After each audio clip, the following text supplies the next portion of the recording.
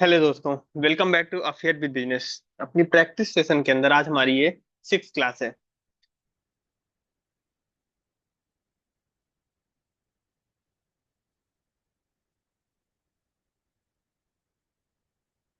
First question है हमारा, on purchase of old furniture.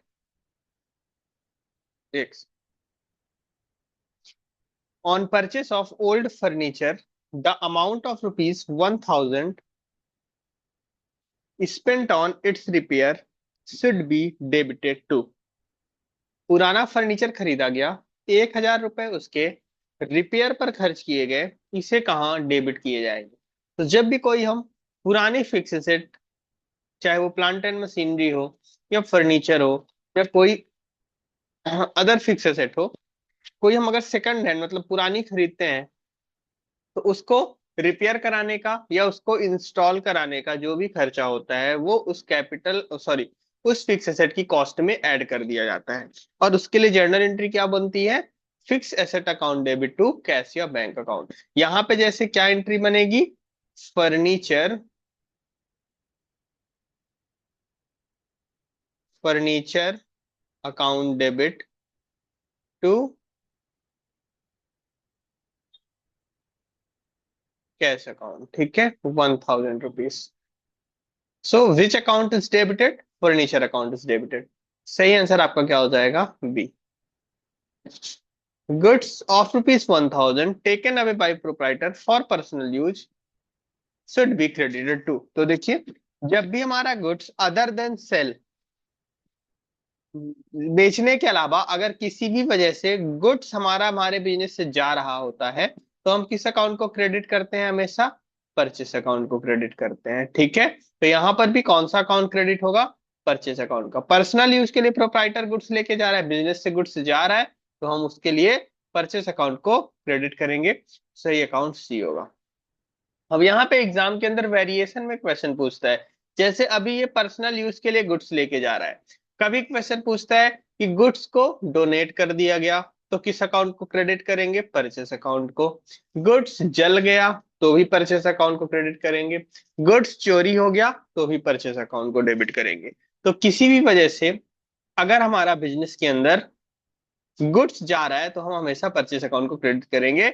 Sales को छोड़ के, सेल्स के केस में तो हम सेल्स को क्रेडिट करते हैं। ठीक है, चलो नेक्स्ट क्वेश्चन है आपका। According to the going concern concept a business entity should assume to have. Going concern concept के हिसाब से business entity assume to have, business entity को क्या माना जाना चाहिए? तो देखो, a very short life, an indefinite life, a long life, none of the above. तो इसका सही आंसर है बी। ठीक है, गोइंग कंसर्न कॉन्सेप्ट बोलता है कि जो बिजनेस है वो आने वाले सालों में कंटिन्यू चलता ही रहेगा, चलता ही रहेगा, उसका कोई फिक्स पीरियड नहीं है, हम ये मानकर ही अकाउंटिंग करते हैं। ठीक है, सो एक अनिश्चित जीवन, इनडेफिनाइट लाइफ।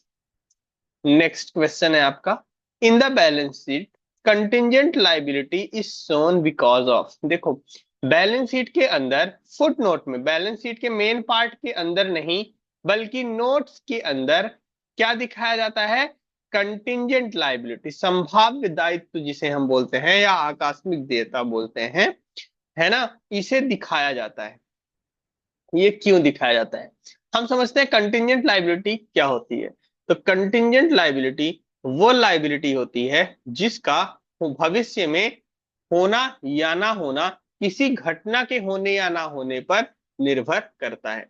जैसे मान लीजिए किसी ने आप कंपनी पर केस कर दिया, ठीक है, कि उसको 5 लाख का जो है कंपनसेशन चाहिए, किसी भी वजह से उसको कोई नुकसान हो गया या कुछ भी है, तो उसने केस कर दिया, कोर्ट में मामला चला गया। अब अगर उस केस का डिसीजन कंपनी के फेवर में आ गया तो पेमेंट नहीं करना है, बट अगर डिसीजन कंपनी के अगेंस्ट आ गया तो पेमेंट करना है। तो ये जो दायित्व है, ये जो लाइबिलिटी है, इसका पे करना या ना करना किस बात पे डिपेंड करता है? कि कोर्ट का डिसीजन क्या आएगा।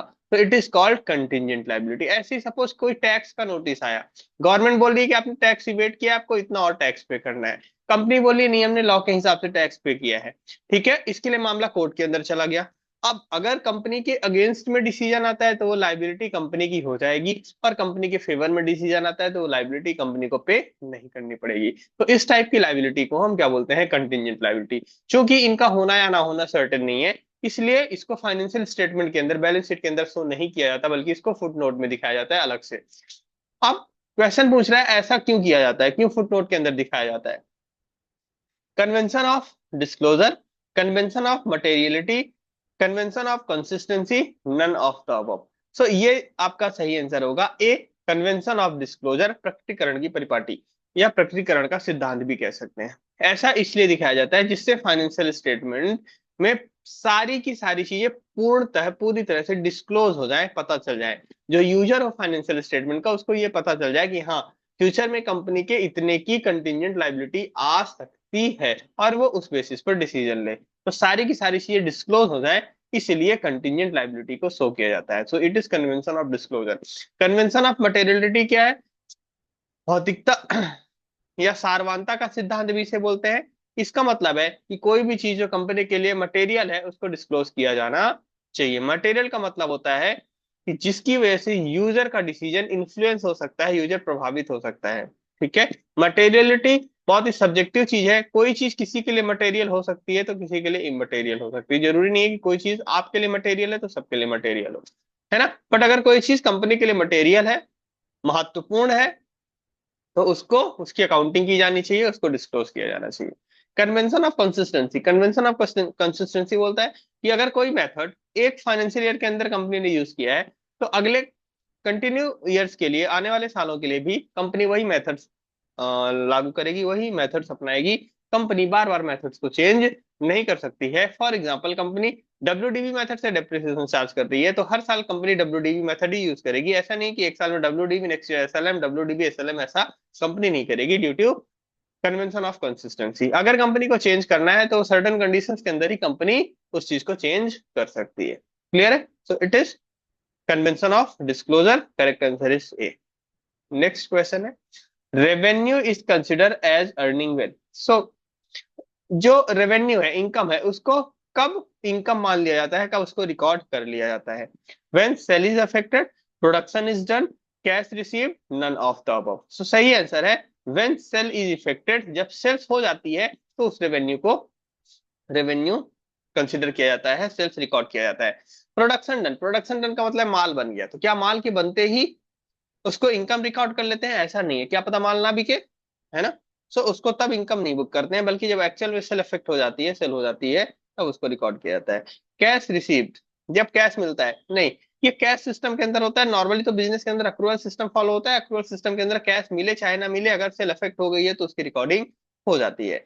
तो यहाँ पर सही आंसर आपका हो जाएगा A. Next, accounting standard for non corporate entities in India are issued by. Accounting standards for non corporate entities, ठीक है, एएफ की बात हो रही है कि इंडिया के अंदर नॉन कॉर्पोरेट एंटिटीज मतलब अदर देन कंपनीज के लिए अकाउंटिंग स्टैंडर्ड कौन इशू करता है? तो अकाउंटिंग स्टैंडर्ड इशू किए जाते हैं आईसीएआई द्वारा, institute of chartered accountant of India द्वारा। वहीं अगर कंपनीज की बात करें, मतलब कॉर्पोरेट के लिए, तो उसके लिए अकाउंटिंग स्टैंडर्ड कौन इशू करता है? तो उसके लिए सेंट्रल गवर्नमेंट इशू करती है, ठीक है। आईसीआई ही बनाता है, फ्रेम करता है, देन वो सेंट्रल गवर्नमेंट के पास जाता है, और सेंट्रल गवर्नमेंट फाइनली उसको नोटिफाई करती है, ठीक है। चलिए, और अगर टू बी प्रिसाइज बोले तो सेंट्रल गवर्नमेंट की भी कौन सी बॉडी? एन नफरा, NFRA। पहले यही नकाश हुआ करता था, बट अब इसका नाम क्या हो गया? नफरा, नेशनल फाइनेंशियल रिपोर्टिंग अथॉरिटी। तो नॉन कॉर्पोरेट के लिए institute of chartered accountant of India, सही आंसर हो जाएगा D. Next, which of the following, which of the following is not the limitation of financial statement analysis. Financial statement analysis की कौन सी limitations नहीं है? आपको पता है फाइनेंशियल स्टेटमेंट के एनालिसिस के कई प्रकार से होता है, जैसे ratio analysis, comparative statement, common size statement, है ना। सो बोल रहा है इसमें से कौन सी लिमिटेशंस नहीं है? इग्नोर प्राइस लेवल चेंज, ये लिमिटेशंस है। प्राइस के अंदर अगर कोई वेरिएशन होता है तो फाइनेंशियल स्टेटमेंट एनालिसिस से पता नहीं चल पाता है।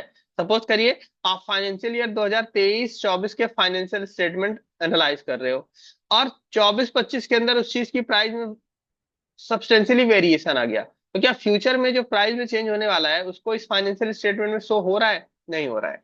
ठीक है, तो ये इसकी क्या है, कमी है, लिमिटेशन है। विंडो ड्रेसिंग, विंडो ड्रेसिंग का मतलब होता है कि फाइनेंशियल स्टेटमेंट के को मैनिपुलेट कर देना, फाइनेंशियल स्टेटमेंट को गलत कर देना, है ना, या फाइनेंशियल स्टेटमेंट को इस तरह से बनाना कि एक्चुअल पिक्चर ना प्रेजेंट करे, बल्कि क्या करे, गलत पिक्चर प्रेजेंट कर दे। ये होता है विंडो ड्रेसिंग। जैसे मान लीजिए एक रूम है और ये इसकी विंडो है। अब रूम यहाँ बिखरा पड़ा हुआ है, लेकिन आप खिड़की के सामने की चीजें सही कर दो तो क्या लगेगा कि अरे रूम तो बहुत अच्छा है। ऐसे ही कंपनी के अंदर है, कंपनी सही नहीं चल रही है, लेकिन आप फाइनेंशियल स्टेटमेंट के अंदर मैनिपुलेशन करके इस तरह से फाइनेंशियल स्टेटमेंट बना दो कि फाइनेंशियल स्टेटमेंट देख करके लगे कि अरे वाह, कंपनी तो बहुत प्रॉफिटेबल है, बहुत अच्छी इसकी फाइनेंशियल हेल्थ है। तो ये होता है विंडो ड्रेसिंग। ये भी इसकी क्या है, लिमिटेशन है कि विंडो ड्रेसिंग अगर करके फाइनेंशियल स्टेटमेंट बना गया तो अब उस फाइनेंशियल स्टेटमेंट का जब आप एनालिसिस करोगे तो रिजल्ट सही नहीं आएगा। Qualitative aspect ignore, qualitative aspect को फाइनेंशियल स्टेटमेंट एनालिसिस के अंदर ध्यान नहीं दिया जाता है। Inter firm comparison, inter firm comparison तो होता है, ये कोई लिमिटेशंस नहीं है, तो इसलिए आपका सही आंसर हो गया डी। और ये बाकी सारी लिमिटेशंस हैं, और आपको तो क्या पता करना था, नॉट द लिमिटेशन। ठीक है, तो सही आंसर हो गया आपका। Next, match the following. ठीक है, short term loan, short term loan and advances, debentures, debentures redeemable during current year. Okay, देख लेते हैं।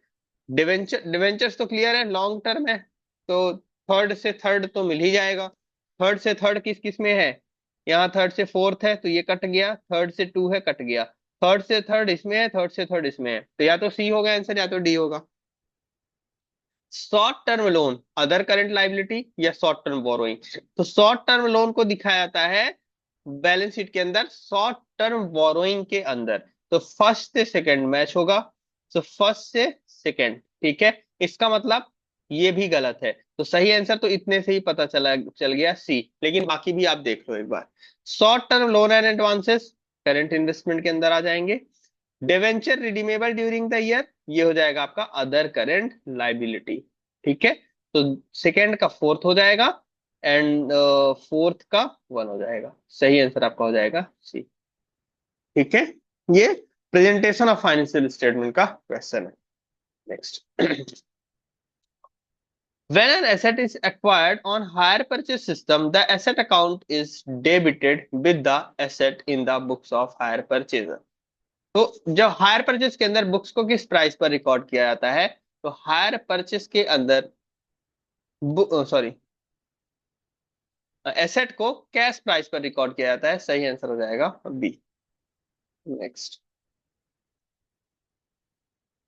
If the firm stop making repayment and the goods or asset are taken away from them as a result, this is known as. कहने का मतलब है hire purchase system के अंदर कोई गुड्स या एसेट खरीदी गई, कुछ दिन बाद उसकी इंस्टॉलमेंट अगर देना बंद कर देते हैं, तो जो वेंडर होता है उसके पास ये राइट होता है कि वो एसेट को वापस ले ले आपसे, है ना, जिसे कहते हैं ना गाड़ी खींच गई, एसेट को वापस ले लेना।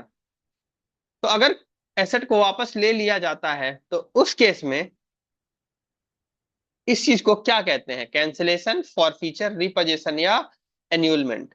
तो इसको बोलते हैं रिपोजेशन ऑफ गुड्स। ठीक है, रिपोजेशन ऑफ गुड्स बोलते हैं। सी आंसर आपका सही हो जाएगा। Next.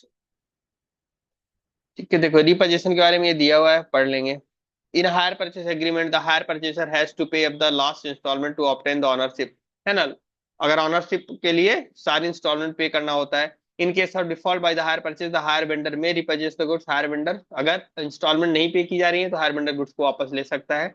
Reposition means taking back the position of goods by higher vendor, है ना। रिपोजिशन का मतलब है हायर वेंडर द्वारा गुड्स को वापस लेना, और इसके लिए गुड्स रिपर्चेस अकाउंट बनाया जाता है। ठीक है, चलिए next. The dash is a measure of liquidity which exclude dash, generally the least liquid asset. Okay, liquidity measure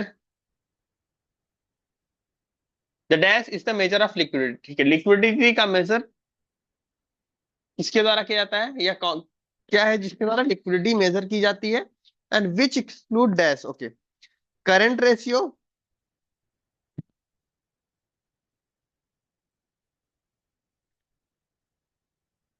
current ratio trade receivable, liquid ratio trade receivable, current ratio inventory, liquid ratio inventory. So देखो, current ratio के अंदर तो simple सा होता है current asset minus current liability. इसके अंदर कोई भी एक्सक्लूजन की बात नहीं होती है, किसी चीज को हटाया नहीं जाता है। लेकिन लिक्विड रेशियो का मतलब होता है कि करंट एसेट में से जो लीस्ट लिक्विड है, लीस्ट लिक्विड का मतलब होता है जिसे रियलाइज करने में, जिससे पैसा रियलाइज करने में टाइम लगे, उसको हम बोलते हैं लीस्ट लिक्विड एसेट। तो ये वो होती है आपकी इन्वेंट्री, क्योंकि इन्वेंट्री से पैसा रियलाइज करने के लिए पहले इन्वेंट्री को बेचना पड़ेगा, और बेचने में हो सकता है टाइम लग जाए। तो इन्वेंट्री, ठीक है। और एक होता है prepaid expenses, prepaid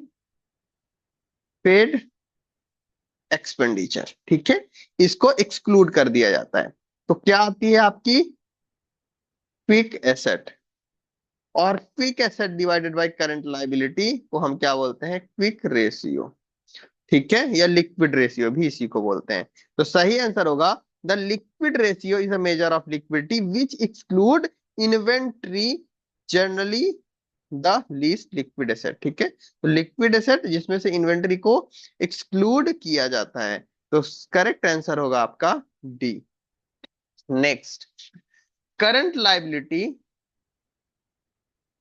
current liability is ₹40,000, current asset ₹1 lakh, inventory ₹20,000, quick ratio is, quick ratio is. Okay, तो अभी हम लास्ट क्वेश्चन में देखे हैं कि क्विक रेशियो का फॉर्मूला क्या होता है, quick asset divided by, sorry, current liability. तो क्विक एसेट का मतलब करंट एसेट माइनस इन्वेंट्री, और अगर प्रीपेड एक्सपेंडिचर हो तो प्रीपेड एक्सपेंडिचर भी, और divided by current liability. Current asset question ने दिया है 1 लाख और इन्वेंट्री दिया है 20,000। तो ऊपर की साइड क्या आ जाएगा, 1 lakh minus inventory 20,000 divided by current liability 40,000, 40,000। तो ये हो जाएगा 80,000 डिवाइडेड बाई 40,000। अगर आप इसको काटोगे तो ये दिख रहा है कि 2:1 है। तो करेक्ट आंसर हो जाएगा बेटा। Next, to the test, sorry, to test the liquidity of a concern which of the following ratio are useful. ठीक है, लिक्विडिटी जानने के लिए कौन से रेशियो जरूरी है, किन रेशियो से लिक्विडिटी पता चलती है। क्विक रेशियो, ये सही है, क्विक रेशियो से हमें लिक्विडिटी पता चलती है।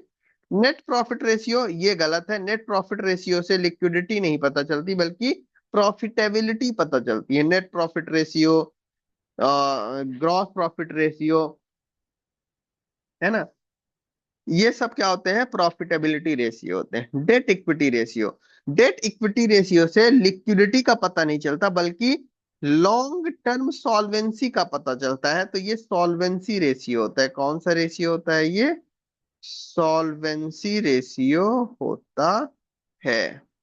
करंट रेशियो, करंट रेशियो से लिक्विडिटी का पता चलता है।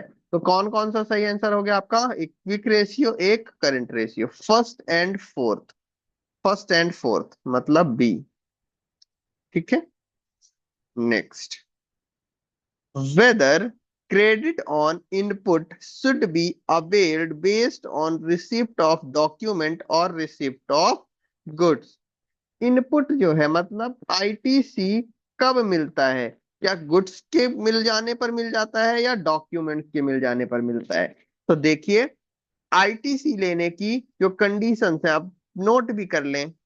आईटीसी लेने की कंडीशंस कहाँ दी हुई हैं, सेक्शन 16 के अंदर।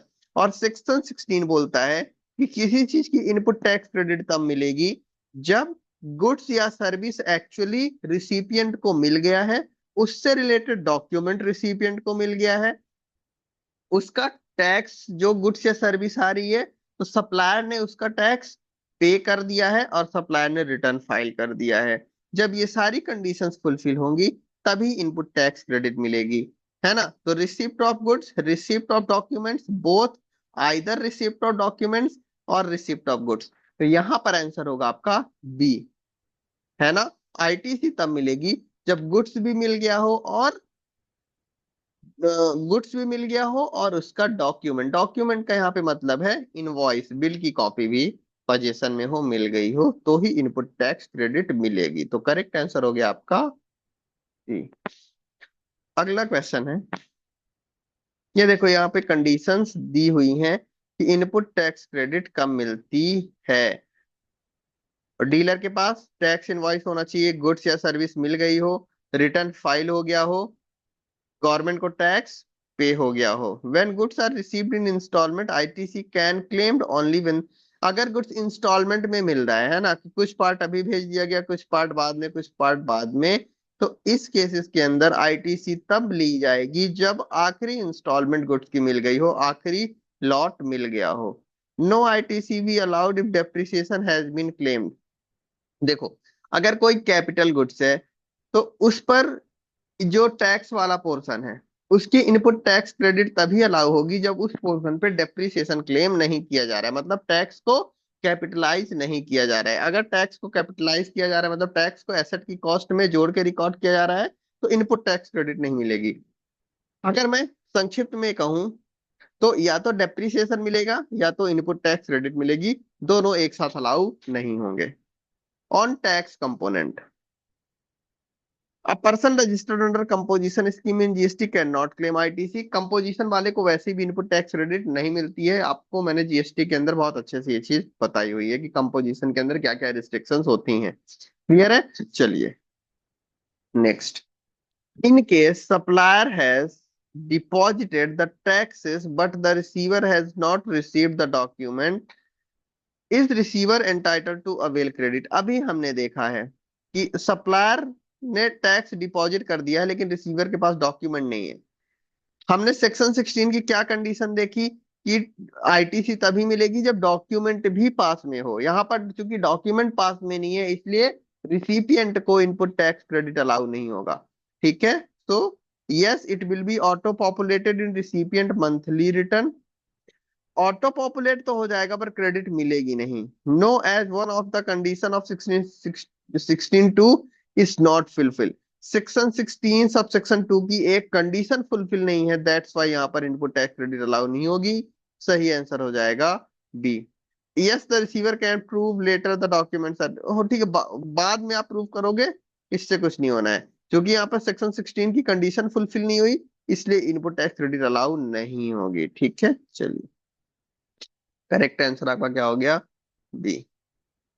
अगला क्वेश्चन है, ये वही है, इनपुट टैक्स क्रेडिट लेने की कंडीशन। इसका सेक्शन भी आप याद रखेंगे, है ना, सेक्शन 16 या 16(2) कह सकते हैं। Next, under which section can deduction for investment in PF LIC and ELSS be claimed. Okay, PPF वगैरह के, पीपीएफ एलआईसी में पैसा अगर डिपॉजिट किया जाता है, इन्वेस्ट किया जाता है, तो उसकी कटौती, उसका डिडक्शन किस सेक्शन के अंदर मिलता है? सेक्शन 80D, 80C, 10(10)D या 80E? तो इसकी छूट मिलती है सेक्शन 80C के अंदर। करेक्ट आंसर हो जाएगा बी। अब एग्जाम में जरूरी तो नहीं है 80C ही पूछे, तो बाकी चीजें भी आपको पता होनी चाहिए। जैसे सेक्शन 80D के अंदर किस चीज की छूट मिलती है?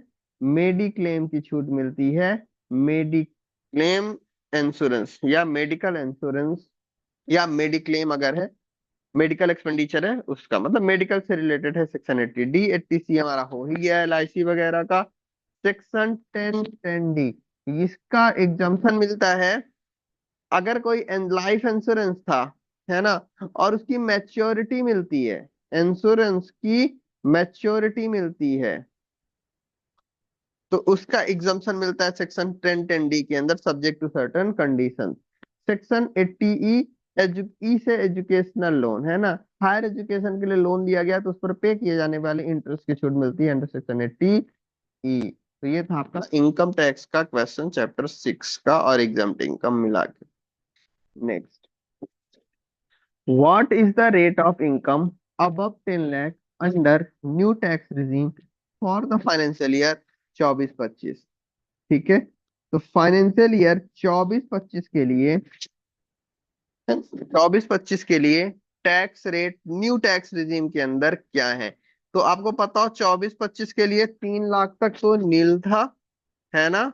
तो लेस देन 3 लैक्स ये क्या था, नील टैक्स रेट था। मैं फाइनेंस, ध्यान रखना यहाँ पे मैं फाइनेंशियल ईयर 2024-25 की बात कर रहा हूँ। अब हो सकता है आपने अभी न्यूज में पढ़ा हो कि 4 लाख तक एग्जम्प्ट है, तो वो 4 लाख बिल्कुल एग्जम्प्ट है, बट वो करंट बजट का है और वो बजट अप्लीकेबल है फाइनेंशियल ईयर 2024-25 के लिए। ठीक है, कब के लिए, फाइनेंशियल ईयर 2024-25, मतलब ये जो 1 अप्रैल अभी कल परसों से फाइनेंशियल ईयर स्टार्ट हुआ है, उस फाइनेंशियल ईयर के लिए 4 लाख वाली एग्जम्पशन लिमिट लागू है।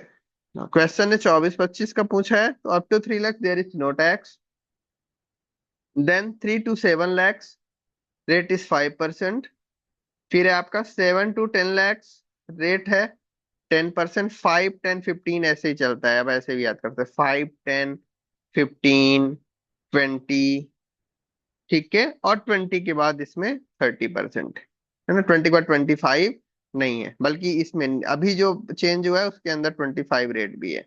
सो 10, देन 10 to 12, ठीक है, फिर है 12 to 15 and greater than 15 lakhs। तो ये है आपकी लिमिट।